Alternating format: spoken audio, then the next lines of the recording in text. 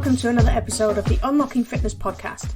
I'm your host, Sarah Pitts, and in today's episode, today's guest is the very lovely Sue Ward. Sue's been involved in the sport and activity sector, supporting grassroots community activities since 1994.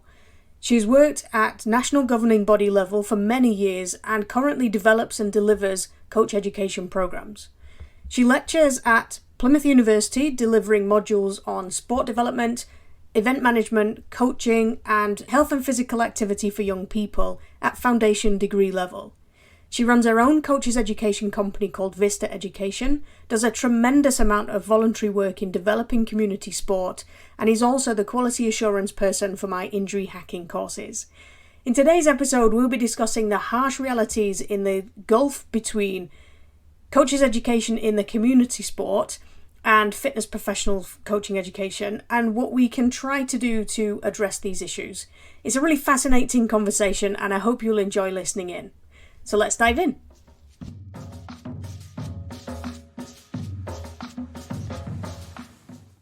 So welcome everybody to the Unlocking Fitness podcast. Today I have with me Sue Ward, who we're going to have a really fascinating conversation about the development of coach education from both sides, professional and community volunteer coaching. So welcome, Sue. It's lovely to have you. Thank you for having me. Can you tell our listeners a little bit about your background so we can understand kind of how you came to be talking about this subject today? Yeah, sure. So I guess I first discovered fitness and sport almost at the same time, maybe about 30 years ago, two quite distinct separate pathways. And so I've been a practitioner as a fitness instructor, as I say, since my 30s, and I've been in martial arts as a practitioner and a coach for about the same length of time. And then by a series of happy accidents, I happened to get into the worlds of further and higher education and was given some opportunities by some, great people. And then as a result of that, I developed a real interest in training at a professional level. So I started my own boutique, which is another word, a posh word for small, training company down here in the Southwest. And also pursued quite a lot of voluntary work with governance organisations to support the more community aspect of coaching. So that's really how I got here where I am today. Yeah, just a lifetime of doing what you love doing, really. Yeah, and I suppose being a sponge and seizing opportunities, and I think it's in my gene pool because my father was a lecturer, and so I kind of feel I took to it a bit like a duck to water. I mean, I sink sometimes, don't we all? But yeah, so I've always been really interested in giving that to the community, and I think we all do things for selfish reasons, and I get a huge amount of fulfillment from it as well. Cool. Yeah. So what are the biggest differences you've seen really over the last 30 years between the professional side of things, like the fitness education side of things, and the community volunteer coach education side of things? I think there are many differences, and, feel free to pick up on any that you think are particularly relevant. But clearly on the fitness education side, when we're talking about qualifying people to work in gyms and as personal trainers and all the other peripheral specialisms around that, by and large, ever since I've started in the industry, it has been regulated in some way. So, I go back to the days of the old RSA, which was one of the key regulators. There's always been that off-qual, quality assured regulation side to it. With that, it's brought up, a lot of, potentially onerous administrative and peripheral requirements, which I actually think are a good thing. So lots of quality assurance. Yeah. If we go to the other side, so my experience is around community coaching in non-Sport England funded areas. So very much built around volunteers, some skilled, perhaps some not so skilled. And so the issues there are around probably expertise, funding, and cultural expectations. So I think if you come through a coach education pathway that has a culture of minimum expectations. And I don't mean that I'm not kind of trying to cast aspersions on any program or anybody, you know, who's involved in this. If you come through with that culture, then I think that sets your benchmark. Sure. And I just somehow feel that if we come from that place of striving to want to be excellent, even if we can never get there, that sort of enthusiasm and drive, which sometimes makes you appear like a crazy person, is what we need. And sometimes entrenched cultures can kick against that. You know, better the devil you know, and it's always been like this. So I think there are a myriad of obstacles, but I think they all come from a well-meaning, well-intentioned place. Yeah, absolutely. I mean, if you're a tiny offshoot of martial arts and you're like my other half's martial arts, I've got a martial arts background, and there's, you know, they're doing the same warm-up that they did 50 years ago because that's what they were taught when they were coming through the ranks, and nobody's ever taught them anything differently, so they just follow on and do what worked for them, you know. And I think when you don't have that expectation of learning anything different, you go, you do your volunteering, and you don't look necessarily outside of that class or that training to try and improve because, well, everybody's busy, aren't they? So, you know, you just kind of do your best with the information that you're given. Whereas I think with the fitness professional side of things, because there's an income base to it, you know, you can earn money from the qualifications that you do. There's an expectation, and quite rightly, an expectation that you should keep on top of your learning. And there's always that, you know, the CPD element to it, you know, because if you're earning money from people and you're teaching them stuff, then it comes back to you, doesn't it, as an individual? Whereas yes, it does. But sorry, I'm going to butt in because I think, okay, as a community coach, you may well not be earning money as an individual. However, I strongly suspect there are a few organisations who can offer to open their doors for free, you know, and just cover the rent through benefactor donations. Yeah. So money is changing hands. Yeah. And so therefore, by implication, there is a paid for service. Now, where that money goes, I totally accept what you're saying. It might have a different perception or motivator from the person doing the coaching, but actually in terms of service delivery, I think it's the same thing. No, I totally agree. Yeah So I don't think we should give ourselves a get out of jail free card just because we're volunteers. No, I totally agree. And I think for me, I was more kind of trying to highlight the difference between the expectation of the individual coach. It's like you said, if a volunteer coach takes payment for the session, that payment doesn't go to them, it goes to them's higher up, you know. Yeah. So it doesn't necessarily feel like a monetary transaction from what they're doing, but when it's a fitness professional doing it, the money goes to them personally, so they feel more of a responsibility almost. I don't know if that's right or not. It's just the impression. Or they're getting minimum wage as a gym instructor, but that's a whole other story, isn't it? And the perception of the profession and the way it's respected in the industry. Yeah. Go on.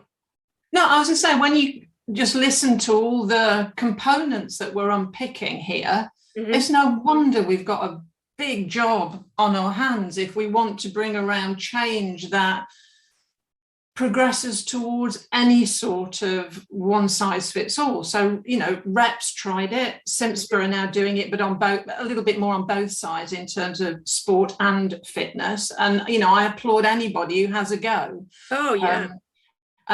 And sadly, I think Simspa is to some extent paying the price for the reputation that Reps had. You know, I see it all the time that it's just a tax on fitness instructors, and you know, so I think there's a bit of work to be done there around perception of what people are trying to do in terms of not well, actually, it probably is regulating, but not regulating in an oppressive way. But everybody who is moving down this pathway, broadly speaking, the same direction, I think we should help, support, encourage. So it's just that sometimes I get frustrated because things don't move quickly enough for me.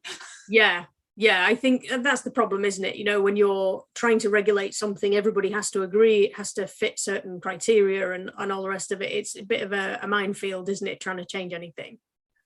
Try that with the martial arts. I mean, good luck with that. I know that Sport England have been doing, I love the pieces of work. You hear that all the time. Oh, we're doing pieces of work on that. And I know that that's been happening for as long as I've been in martial arts, where they've tried to find some framework through which to regulate us. And when you consider that, in the sector that we've talked about, that we're both involved in, as well as other areas, there is no requirement for me as a martial arts instructor to be qualified. There's no requirement for me to be technically competent, whatever that means in the eyes of others. There's no requirement for me to be insured. There's no requirement for me to be vetted, safely recruited if I'm going to teach children. And so I was almost thinking that, drawing on my background as a safeguarding officer, where I did a lot of work at national level, I'm horrified really at the number of parents who, even in my club, will just come along with their kids and go, there you are, we'll be back in an hour. And I think, do you not want to ask anything about us?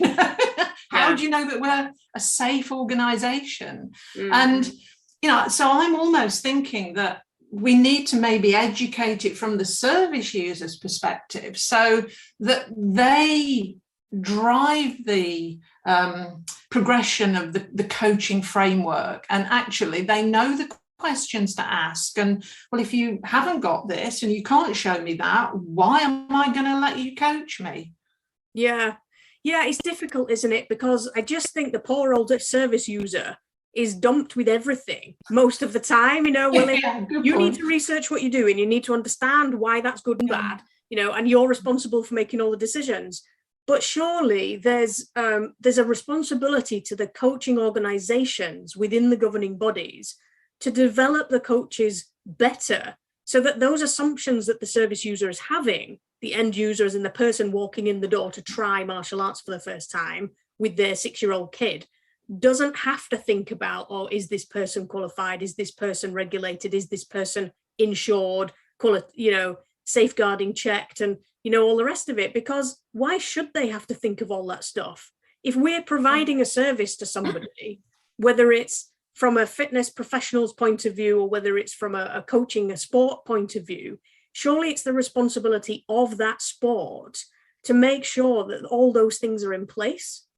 I know it's difficult when you've come from a traditional, it's grown up from a traditional thing, but this is the world we live in now. It is. And so I don't want to make this a podcast about safeguarding, because people will be switching off in droves, and I dealt with that for about 10 years when I was trying to get people on the journey. But I totally get what you're saying, and it is for us to own our practice, and I guess this is what our conversation is about. And how do we create a framework that allows enthusiasts like us to, bring about the change that we would like to see happen? Because I'm here because I think what I'm doing is good. I'm not here because I think I'm doing a rubbish job. I'm here because I think in the industry, because I think I've got good ideas. I think I've got a somewhat credible background to present those to the world, whatever that world looks like in our sector. And that's why, you'll know that we had a conversation a while ago, and probably 2 days later, I contacted you and said, I've had an idea. We're going to do a national summit this year. Do you want to be a keynote speaker? And so I was thinking back to when I've been in a bigger organisation that has to have the 15 meetings to do anything. we'd be talking about it next year and deciding all the reasons why we couldn't do it. Yeah. But we're going to do it in September. We fixed a date. I've got 3 keynote speakers already. Now, nobody might turn up. I have no idea, but I'm trying, and I think I'd rather try and fail and bring that enthusiasm to the table than kind of follow the status quo. Oh, that's not going to work. And, I heard that a lot in the bigger organizations I've worked for. Oh, so-and-so tried that, it didn't work. I'm like, well, that's not a reason to stop trying. Yeah. We've got to keep pushing forward. And, 5 years ago, I was saying we need to take stuff online, let's try. Oh, no, that wouldn't work. I'm like, hello, we're all online now, So I guess one of the mantras for me is, look, progress, not perfection. Let's try and let's develop from what works. And I agree, there's no point in you and I having the best ideas, the best products in the world if we're shouting into the wilderness and no one's listening to us, So it's about getting that feedback and tailoring what is realistic. You and I have had conversations about your product, and you say to me, Sue, how can I change this so that it has meaning for your coaches? Because I said to you, didn't I, when we were looking at the product, actually I can't see where the team I work with, they wouldn't be able to translate your message into a relevance for their coaching, and you've responded to that. And I think that's by saying, how can we make it work? And I think that's the power, isn't it, of the small person in the big pond, because the small companies, the small organizations, they can move and pivot a lot quicker than the bigger ones. Absolutely. And I think that's where actually the bigger organizations can learn from the smaller ones. If we can get the smaller ones to adopt a more agile approach to how they coach and test out new ideas and things like that, then we can show the big organizations just how powerful it can be and how well it can work. And I think that's where everyone can learn from everyone else. Rather than this top-down, we as a sport, as a voluntary sport, we need to do what the professionals are doing, because that never works. It's unattainable. I mean, when I was developing the coach education framework that I'm starting to implement in my new independent organization, I kind of went in, right, we're going to align to CIMSPA standards. I pulled down all, the document. I looked at it and went, no, we're not. because it's impossible for me to deliver it in a way that anybody would engage with it. And I do all of this as a volunteer. And, I'm super happy. I'm in a fortunate position because I'm old. I'm at the end of the time where I need to earn money. Be nice to earn a bit, but it doesn't always happen. It's about, I think when we were prepping for this, it was about reasonable expectations, and money's changing hands. It's a professional service. Why should community coaches be any less good than other coaches who are in professional or semi-professional pathways? And I actually don't have the answers to that, other than we've got to keep trying and moving it forward. And is there anything that coach education providers can do to bridge this gap, to make it easier for coaches on a community coaches, volunteer coaches, to get more education? I think coach education exists. UK coaching, brilliant. I mean, fantastically accessible, rich resource. I would imagine if you asked a lot of community coaches in halls around the UK, they'd never have heard of it. And probably go, it's 12 quid a year on special offer. I'm not paying that. I think that's a really hard question, because it depends on the sector, the affiliated organisation, what already exists. I've seen some excellent coaching packages, totally non-regulated.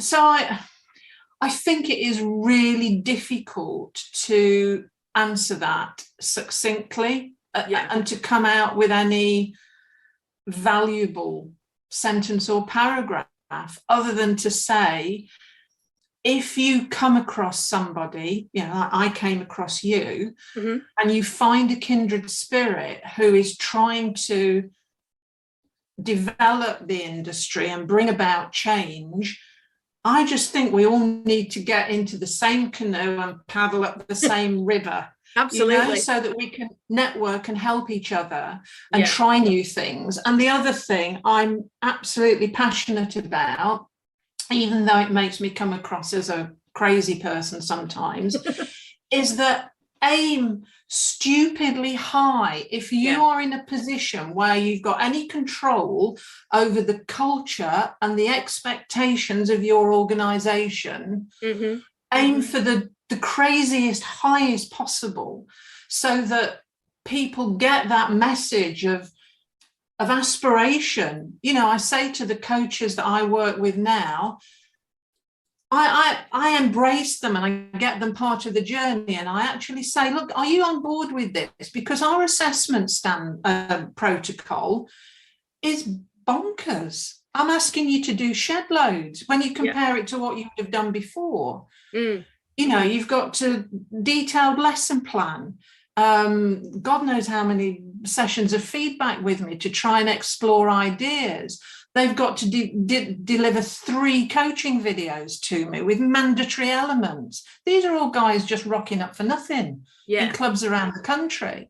And so at the start of my process, I say, guys, are you on board? Do you want to be on this journey of us trying to go, we're going to be the best we can be within the restrictions of the constraints we operate in, which is sort of money, and everyone's got a life and a job mostly, and without doubt, everyone so far has said, brilliant. Let's be not head and shoulders above anybody else, because I'm not about comparison. It's our journey and where we want to go, because I say, anywhere you go, I want you to be able to take your portfolio, because I kind of try and align it to a regulated type structure, so anybody can see the journey they've been on, the portfolio of work that they've done, the development process that they've had. But honestly, it's crazy, because nobody else could probably do it, because I do it for nothing, and it takes so much time. But so it's sustainability, Sarah, as well. What happens after I'm gone? But I do think it is possible, because you've got sports like triathlon, for example, who've exploded in the popularity over the last few years, because 50 years ago, people were doing it and nobody noticed. Like, nobody even knew what it was. They thought it was a bit bonkers. But now it's, everybody's doing it.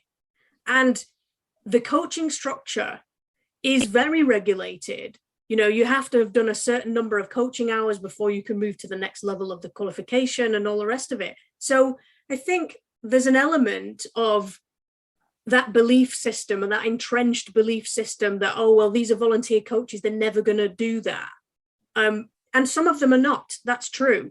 But also, it's been done before by other sports. And although the cost of it might put people off, and it might be a barrier to other people, there's funding available for that kind of thing, and all that kind of stuff. There's help in the industry. It's just a case of, how do we bring the smaller, really tiny organizations up another level, and it's one level at a time, isn't it? It's one step at a time. And if we can bring them up one level today, then tomorrow we might be able to do it again, and tomorrow might be do it again in a few years' time, then you might have the transition from this tiny volunteer-based organization to a regulated, thing that explodes like triathlon did. You just don't know, do you? And I think that's one of the reasons why I wanted you as a guest on this podcast, because I think what you're trying to do is amazing, and you are trying to do it all by yourself.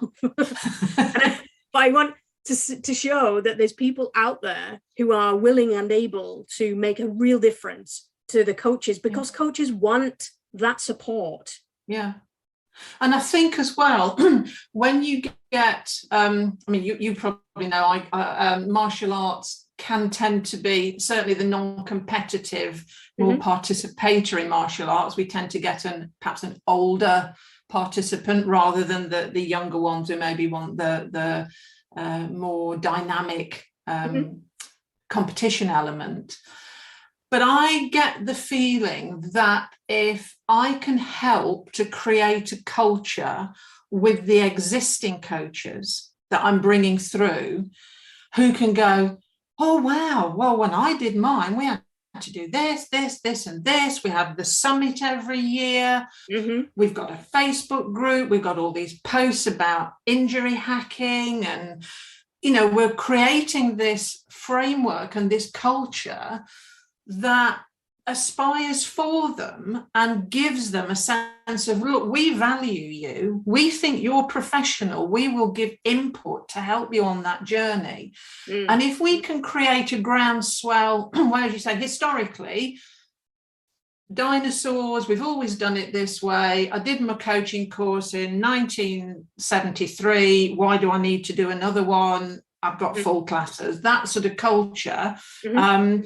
If we can start to replace that as those people fall away with this new culture that goes, actually, I enjoy learning, I've got the support, it's proportionate.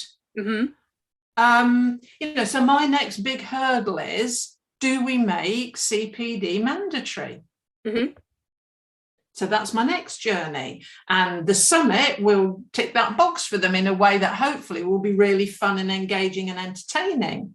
Cool. So it's finding, isn't it, those little areas where you can start to change the culture. That's what it is, I think. Yeah. It's the culture, the expectation, and the getting rid of, we've always done it like that.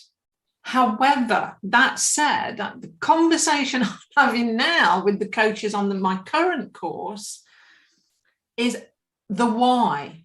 So why have you included that in your warm-up? I mean, I tend not to get involved in the technical main content because that's something for them, and provided they do it safely, it's none of my business, really, the technical standards. But on certain bits, why are you doing that? And so we will get, I saw it on YouTube. Okay. My mate suggested it, or my instructor does it. I'm like, okay, does it make it wrong? Possibly not.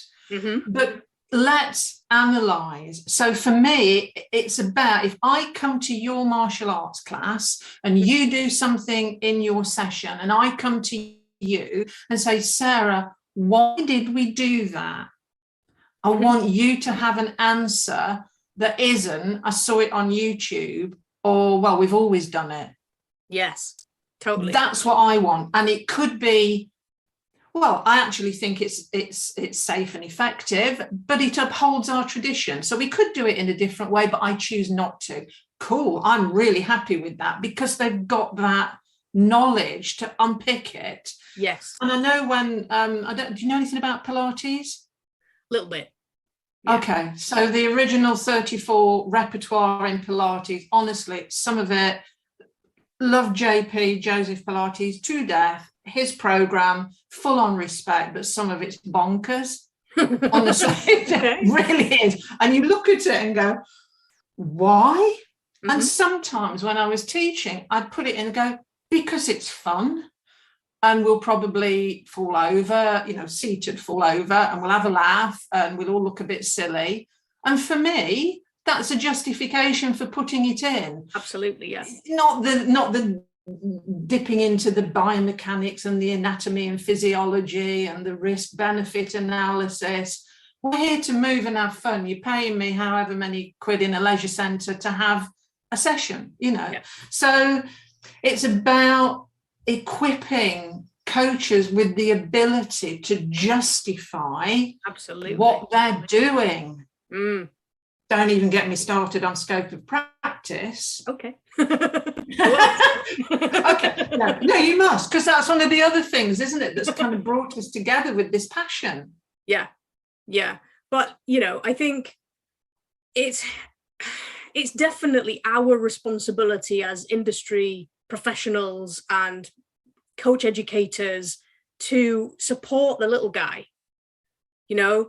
They want the support, they're looking for more learning. It's just that nobody's providing them with that framework or the ways that they can learn that make the most sense to them, and rather than trying to create, I mean, this is just the way I see it, but trying to create a one size fits all to everybody, to fitness professionals and, community coaches, it's not going to work. No. Because they're different, totally different beasts, And your elite pathways, you're working with elite pathways as well. And that's another different animal. Yeah, totally. Yeah. And it has to be respectful of the people that they are. It has to be respectful of the sport that they do, and, bring them on step by step. Yeah.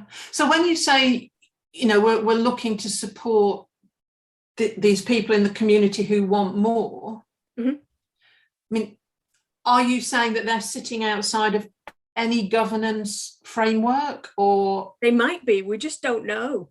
But I don't think it's fair as whether it's governing bodies themselves, the sporting organizations themselves. If they've bothered to set up an organization, then they're looking for teachers and coaches to help them spread the message. Mm. And I think it's the responsibility of those organizations to provide those coaches with the support and with the necessary skills to be able to do it safely and professionally, regardless of whether being paid or not. Yeah, I agree. So maybe the message here is, if there is anybody listening to this who this resonates with and they say, hang on, where's my coaching support, is to go to the organisation of which you are a member. Mm-hmm.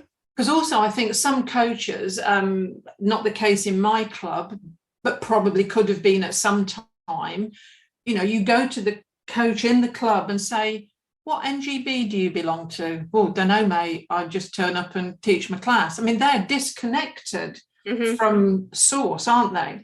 So those coaches need to feel empowered. If they want this, they need to feel empowered to go to their organisations to start that sea change of cultural movement. Yeah. Because, and it might be they ask the question and boom, it's all there. It's just no one's bothered to open the door for them. Yeah. So it's a responsibility on both sides, isn't it? If the pathway is there, if the support is there, then it's up to the organisation to make those coaches aware of it. But if it isn't, then it's partly the responsibility of the coaches to ask for it. But if they don't know that they can ask for it, then it's it's a complicated subject. But I just like the fact that we are trying. We're trying, yeah. And maybe there needs to be that carrot, because I'm all about the carrot. And that's the way I would want to take everybody on a journey. But equally, there is a big stick lurking in the shadows. And, that is, God forbid, and I have never had direct experience. We've all heard the apocryphal, maybe, stories, I don't know. But God forbid anything goes wrong in your class. Now, God forbid if you're not insured. And maybe you can't be insured because there is no recognised qualification in your portfolio. So you thought you'd just wing it. But let's assume you've got something. Or I know I am back in the day when we used to research insurance. Have you got a black belt? Yes. Right, you can have instructor insurance. Okay, well, I'll just pop down the shops. I'll buy my black belt. It was that crazy, man. It really was. So if you ever find yourself in that horrendous position of defending a litigant, so it's likely to be civil, I can't imagine it would be criminal, but, I'm not a legal expert, and they say to you, right, where is your portfolio of qualifications and CPD that proves you have dispatched your duty of care? That's the stick, isn't it? Yeah. So if you're not bothered about going on the journey as a personal aspiring coach, think about the stick, as well, because that can be a real stick. Yeah. Oh no, it can. Yeah. In martial arts, particularly. Though interestingly, I was speaking to someone in our insurance brokerage, and he said it's incredibly challenging to bring a negligence claim against a martial arts instructor, because it's really difficult to prove negligence because of the concept that you've bought into, which is combat, and you might get hurt because it's martial. So, but that's not a reason not to go on a journey of coaching excellence, is it? No, of course not. So I know we could talk about this for hours on many different, go down many different rabbit holes, but it's been really lovely to spend some time with you today talking about this issue. Thanks for your time today. You're very welcome. Just before we go though, can you tell people where they can find out more about you and what you're doing? Yeah, I mean, at the moment, my development work in coaching is for the Aikido Alliance. I guess you can Google that. You will find my name up there. And if there is anybody for whom any of this has resonated, I'll share anything and everything with anybody who wants to join us on this journey of supporting coaches. So all my resources are there to be shared with anyone who wants them. So yeah, the Aikido Alliance is where I'm doing my coaching support. As a fitness instructor educator at the moment, I'm doing work with a CIC called Vista Education, but you probably would struggle to find that. We're a small CIC based in the Southwest. But you can hunt me down on Facebook or LinkedIn, Sue Ward. I'm a wallflower, a voyeur. I'm not a social media animal. But if you're interested enough, you can find me. They can find you, and I'm sure you'll pass on any inquiries. Yeah, I'll put the link to your socials in the show notes. Okay, thanks a lot. Thanks very much. The Unlocking Fitness podcast is a Most Motion original, hosted by me, Sarah Pitts. It's based on the Unlocking Fitness book series, which you can get from unlockingfitness.com. At the time of recording, book 1 in the series is available, with books 2 to 5 in the pipeline. You can find more Most Motion at mostmotion.com and on Facebook at Most Motion.